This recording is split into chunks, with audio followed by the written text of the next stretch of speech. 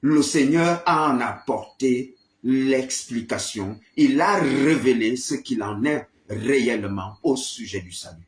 Parce que, en vérité, pourquoi ont-ils dit que le salut était personnel? Mais bien aimé, ils l'ont dit et nous comprenons pourquoi ils l'ont dit, parce que lorsque vous n'avez pas une approche définitionnelle de ce qu'on entend par le salut, bien aimé dans la foi, c'est ce qui a prêté ses intentions. Et beaucoup, si on pose à quelqu'un la question de savoir, pour toi, quand tu dis « je vais à l'église pour le salut », qu'est-ce que cela veut dire? Comment peux-tu l'expliquer à un enfant de 10 ans qui vient à peine de commencer à croire au Seigneur? Comment expliquer ce que signifie lorsqu'un homme dit « je crois en Jésus-Christ pour le salut de mon âme ».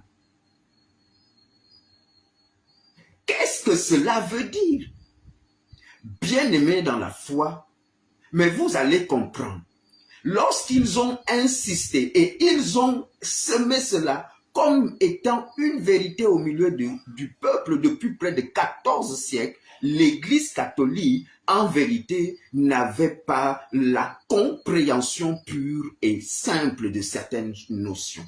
Et vous allez le voir, rien que par la définition de ce qu'on entend par le salut, cela va vous permettre de comprendre qu'en vérité, le salut ne peut pas être personnel. En revanche, le salut est une histoire ou affaire de famille. Mais qu'est-ce qui a consolidé cela? Bien aimé, c'est parce que ce peuple n'avait pas compris qu'il y avait une petite nuance entre l'appel de Dieu et la voie du salut en une génération donnée. Cela fait deux choses qui se trouvent mêlées lorsqu'on parle du salut. On a l'appel de Dieu, c'est l'appel qui est personnel. Parce que quand Dieu nous amène dans sa volonté, bien aimé dans la foi, c'est peut-être quelqu'un peut tomber malade. Parce qu'il fut guéri miraculeusement, il va commencer à